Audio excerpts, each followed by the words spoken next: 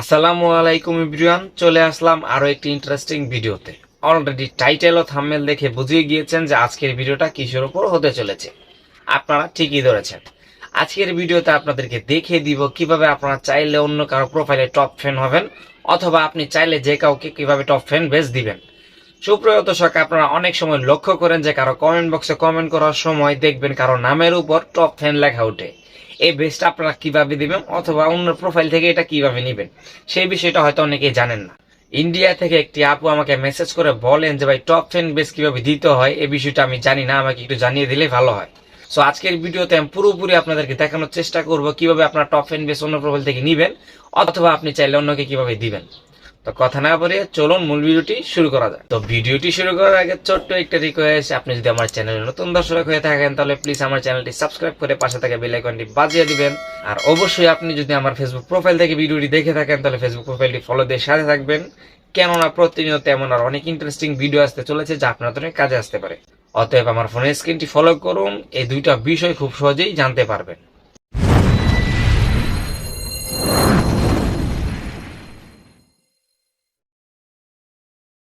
প্রথমে আপনারা যেটা করবেন, আপনাদের ফেসবুকে যে অফিসিয়ালি অ্যাপসটা রয়েছে সেটা ওপেন করে নেবেন, এবং ওপেন হয়ে গেলে এখানে দেখতে পারবেন ডান পাশে থ্রি ডট মেনু রয়েছে, এখানে একটা ক্লিক করে দিবেন, এবং ক্লিক করার পরে এখান থেকে প্রফেশনাল ড্যাশবোর্ডটা ওপেন করবেন। তো যদি প্রফেশনাল ড্যাশবোর্ড খুঁজে না পান তাহলে এখানে দেখতে পারবেন সি মোর অপশন রয়েছে, এখানে ক্লিক করে দিলে নিচে দেখতে পারবেন এখানে প্রফেশনাল ড্যাশবোর্ড রয়েছে। তো জাস্ট এই প্রফেশনাল ড্যাশবোর্ডটা ওপেন করে নেবেন। ওপেন করা হয়ে গেলে একটু স্ক্রল করবেন, স্ক্রল করার পর নিচে চলে যাবেন।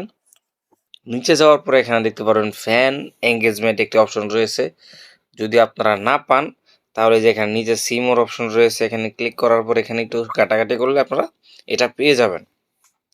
তো জাস্ট এই ফ্যান এঙ্গেজমেন্ট একটা ক্লিক করে ওপেন করে দিবেন, এবং ওপেন করার পরে এখানে দেখতে পারবেন টপ ফ্যান এবং রাইজিং ফ্যান। এই দুইটা অপশন যদি অন থাকে তাহলে কিন্তু অটোমেটিক ফ্রেন্ডদের কাছে টপ ফ্যান ও রাইজিং ফ্যানের অপশনটি বেস্টই চলে যাবে।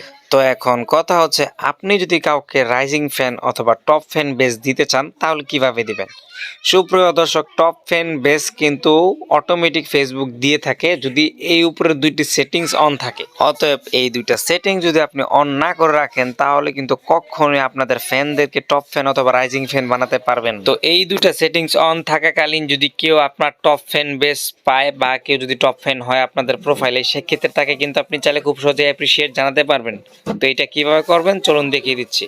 তো উপরে দেখতে পাচ্ছেন create post story or reel, তো জাস্ট এখানে একটা ট্যাপ করে দিবেন।